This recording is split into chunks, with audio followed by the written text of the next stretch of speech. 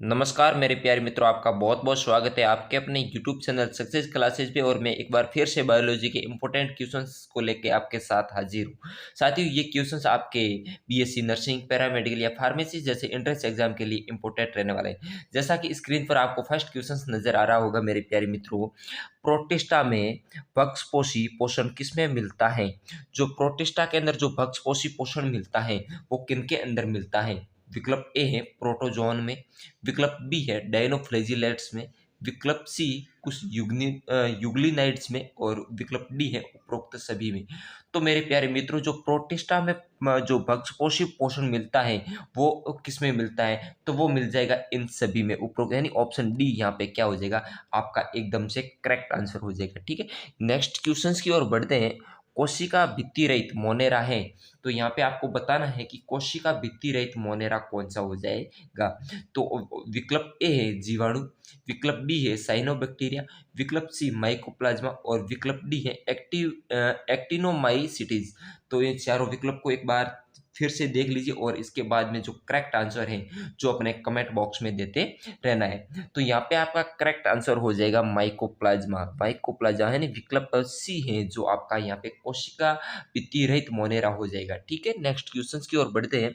कवक प्राणी है, तो यहाँ पे आपको बताना है कवक प्राणी कौन सा है। विकल्प ए स्लाइम मोल्डस, विकल्प बी जाइगोमाइकोटा और विकल्प सी फोरामिनेफेरस और विकल्प डी है रेडियोलेरियंस। तो यहाँ पे आपका करेक्ट आंसर हो जाएगा, वो हो जाएगा मेरे प्यारे मित्रों विकल्प ए स्लाइम मोल्डस है, जो आपका विकल्प ए है कवक प्राणी हो जाएगा। नेक्स्ट क्वेश्चन की ओर बढ़ते हैं। इस क्वेश्चन से रिलेटेड, कुछ स्लाइम मोल्डस में वर्णक पाया जाता है, तो स्लाइम मोल्डस में किस प्रकार का वर्णक पाया जाता है? विकल्प ए पर्णहरित, विकल्प बी कैरोटिनॉइड्स, विकल्प सी एंथ्रेसिन या विकल्प डी बी और सी दोनों। तो यहाँ पे आपका करेक्ट आंसर हो जाएगा, वो हो जाएगा मेरे प्यारे मित्रों विकल्प सी एंथ्रेसिन वर्णक पाया जाता है। विकल्प सी यहाँ पे आपका क्या हो जाएगा एकदम से करेक्ट हो जाएगा। नेक्स्ट क्वेश्चन की ओर बढ़ते हैं। उपभोक्ता अपघटक प्रोटिस्टा में किस समय भित्ति दिखाई देती है? तो किस समय भित्ति दिखाई देगी? कायिक प्रावस्था के समय, युग्मक धानी के समय, बीजाणु अवस्था के समय या बी और सी दोनों। तो यहाँ पे आपका करेक्ट आंसर क्या हो जाएगा मेरे प्यारे मित्रों? तो यहाँ पे आपका करेक्ट आंसर हो जाएगा विकल्प है जो सी बीजाणु अवस्था के समय है जो कोशिका भित्ति दिखाई देती है। नेक्स्ट क्वेश्चन की ओर बढ़ते हैं। ड्यूटेरोमाइसिटीज में कमी होती है यानी ड्यूटेरोमाइसिटीज में किस समय कमी होती है? बीजाणुओं की, लैंगिक प्रजनन की, अलैंगिक प्रजनन की या कवक तंतु की? तो यहाँ पे आपका करेक्ट आंसर क्या हो जाएगा, यानी आपका यहाँ पे करेक्ट आंसर है वो करेक्ट आंसर हो जाएगा मेरे प्यारे मित्रों, वो हो जाएगा विकल्प बी लैंगिक प्रजनन की। किसकी? लैंगिक प्रजनन की कमी होती है। नेक्स्ट क्वेश्चन की ओर बढ़ते हैं। नेक्स्ट क्वेश्चन आपकी स्क्रीन पर आप देख लीजिए पूरा क्वेश्चन।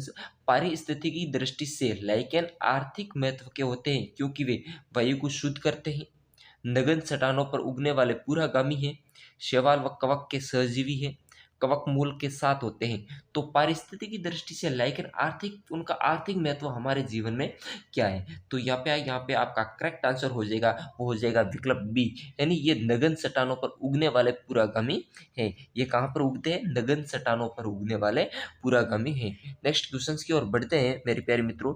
लीनियस वर्गीकरण पद्धति आधारित है, जो लीनियस की जो वर्गीकरण पद्धति है वो किन पर आधारित हो जाएगा? विकल्प इकोलॉजी के आधार पर, विकल्प बी एम्ब्रियोलॉजी के आधार पर, विकल्प सी साइटोलॉजी के आधार पर और विकल्प डी है मार्फोलॉजी के आधार पर। तो यहाँ पे आपका करेक्ट आंसर हो जाएगा विकल्प डी, यानी मार्फोलॉजी के आधार पर लीनियस की जो वर्गीकरण पद्धति है वो आधारित हो जाएगी। नेक्स्ट क्वेश्चन की ओर बढ़ते हैं।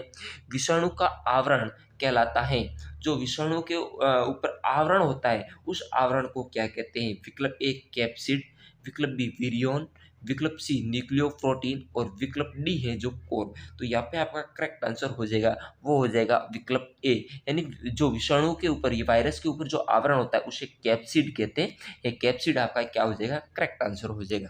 नेक्स्ट क्वेश्चन की ओर बढ़ते हैं। नेक्स्ट क्वेश्चन आपकी स्क्रीन पर देख लीजिए पूरा क्वेश्चंस। नेगरी बॉडीज किसमें अभिलेखित की गई है? तो यहाँ विकल्प ए है तंत्रिका कोशिका में जो रेबीज विषाणु द्वारा प्रभावित थी। विकल्प बी है तंत्रिका कोशिका जो इन्फ्लुएंजा द्वारा प्रभावित थी। और विकल्प सी दोनों ए और बी दोनों, या और विकल्प डी है उपरोक्त सभी। तो यहाँ पे आपका करेक्ट आंसर हो जाएगा, वो हो जाएगा विकल्प ए।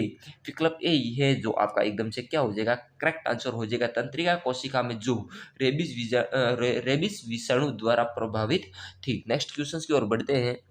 विषाणु में निम्न में किसका अभाव होता है? तो विषाणु के अंदर जो वायरस होते हैं उनके अंदर किसका अभाव होता है? कोशिका भित्ति का, कोशिका झिल्ली का, कोशिका द्रव्य का, या उपरोक्त सभी का। तो यहाँ पे आपका ऑप्शन डी यानी इन सभी का क्या होता है, विषाणु के अंदर अभाव देखने को मिलता है। नेक्स्ट क्वेश्चन की ओर बढ़ते हैं। विषाणु के लिए निम्न में से कौन सा कथन सत्य नहीं है? तो यहाँ पे आपको बताना है कि कौन सा कथन है जो सत्य नहीं है, असत्य कथन यहाँ पे लिखा गया है। तो चारों विकल्प को ध्यान से पढ़ लीजिए। विकल्प ए दे रखा है कि ये नाभिकीय अम्ल व प्रोटीन के बने होते हैं।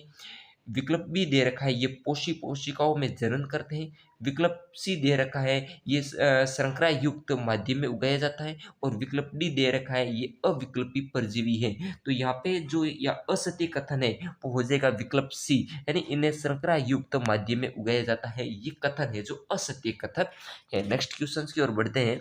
कुछ विषाणु जीवाणु जनित रोग ठीक कर देते हैं क्योंकि उनमें पाया जाता है। कुछ विषाणु होते हैं जो जीवाणु जनित जो रोग होते हैं उनको ठीक कर देते हैं। क्यों, ऐसा क्या विषाणु के अंदर खास पाया जाता है?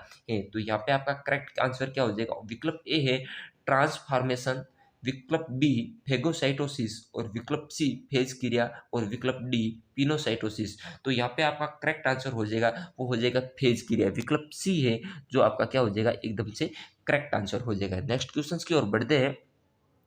विषाणु की खोज सर्वप्रथम किसने की थी? तो यहाँ पे बताना कि वायरस की या विषाणु की खोज करने वाले वैज्ञानिक कौन है? विकल्प ए बिजेरिंग, विकल्प बी इवानोवस्की, और विकल्प सी लुइस पास्चर, और विकल्प डी डार्विन। तो जो विषाणु की खोज करने वाले वैज्ञानिक थे वो थे इवानोवस्की। विकल्प बी है जो आपका एकदम से क्या हो जाएगा, करेक्ट आंसर हो जाएगा। अब अपन बात करेंगे जो पिछले बीएससी नर्सिंग के अंदर जो पिछले 2-3 सालों के अंदर रेगुलर क्वेश्चंस पूछे गए हैं, उन क्वेश्चंस के बारे में बात करते हैं। उन क्वेश्चंस को मैं आपके सामने लेके आने वाला हूँ। तो देख लीजिए, ये 2019 के अंदर क्वेश्चंस पूछा गया था बीएससी नर्सिंग एंट्रेंस एग्जाम के अंदर।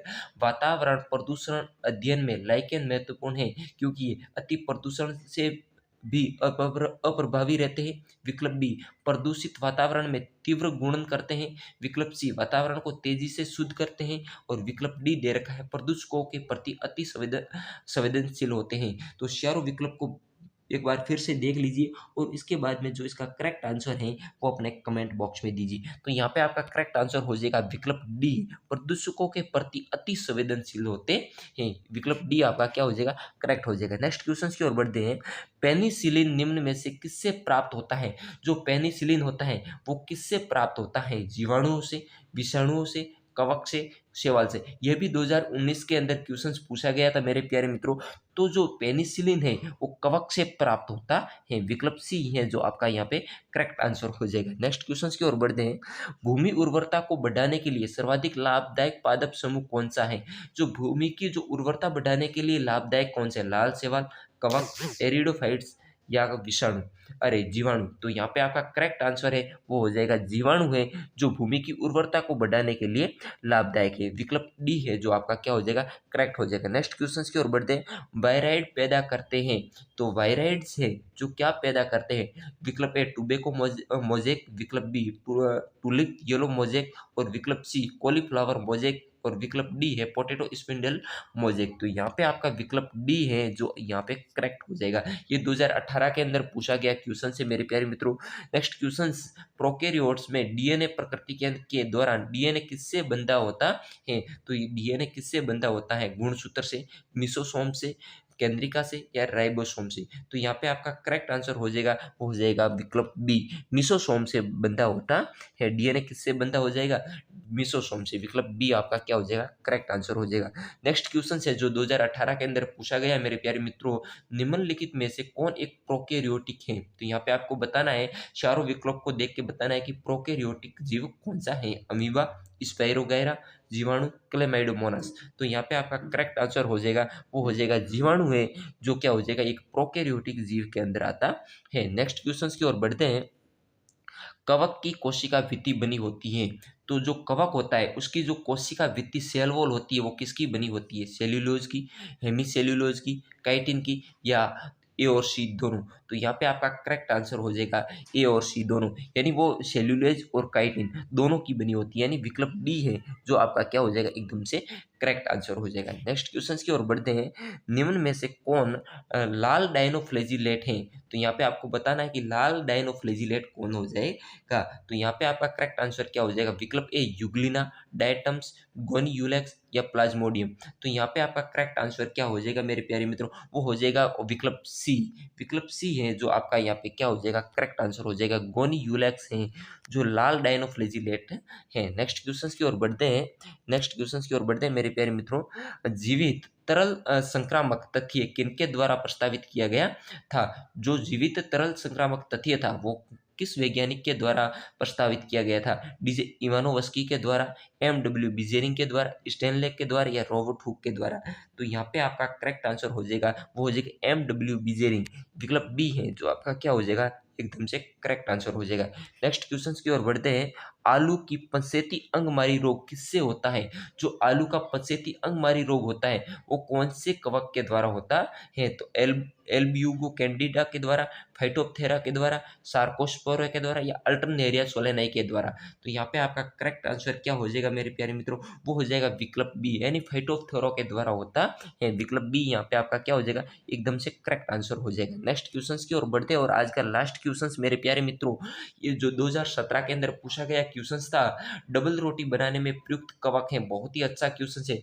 डबल रोटी बनाने के अंदर किस कवक का प्रयोग किया जाता है? कवक की किस प्रजाति का उपयोग किया जाता है? विकल्प सेकेरोमाइसिस, विकल्प बी गुच्ची, विकल्प सी एस्परजिलस और विकल्प डी पेनिसिलियम। तो यहाँ पे आपका करेक्ट आंसर हो जाएगा, वो हो जाएगा विकल्प ए, यानी सेकेरोमाइसिस कवक का प्रयोग किया जाता है डबल रोटी बनाने के लिए। तो साथियों ये थे आपके बायोलॉजी के 15 क्वेश्चंस, यानी अपने 15 क्वेश्चंस यहाँ पे कर लिए। आपके 15 क्वेश्चंस में से कितने क्वेश्चंस करेक्ट हुए वो हमें कमेंट बॉक्स में मेरे प्यारे मित्रों जरूर से बताएं। और ये वीडियो कैसा लगा लाइक करके हमें मनोबल बढ़ाए, और चैनल पे पहली बार हो और अभी तक चैनल को सब्सक्राइब नहीं किया मेरे प्यारे मित्रों तो चैनल को जरूर से सब्सक्राइब कर दें और बेल आइकन जरूर से प्रेस कर दें। ऐसे ही लगातार आपके मोस्ट इंपॉर्टेंट क्वेश्चंस और जो विगत पिछले वर्षों के अंदर बीएससी नर्सिंग, पैरामेडिकल और फार्मेसी के अंदर जो क्वेश्चंस पूछे गए हैं वो क्वेश्चंस मैं रेगुलर आपके सामने लाता रहूंगा। आज के लिए इतना ही, मिलते हैं नेक्स्ट वीडियो के साथ। तब तक के लिए जय हिंद, जय भारत, टेक केयर।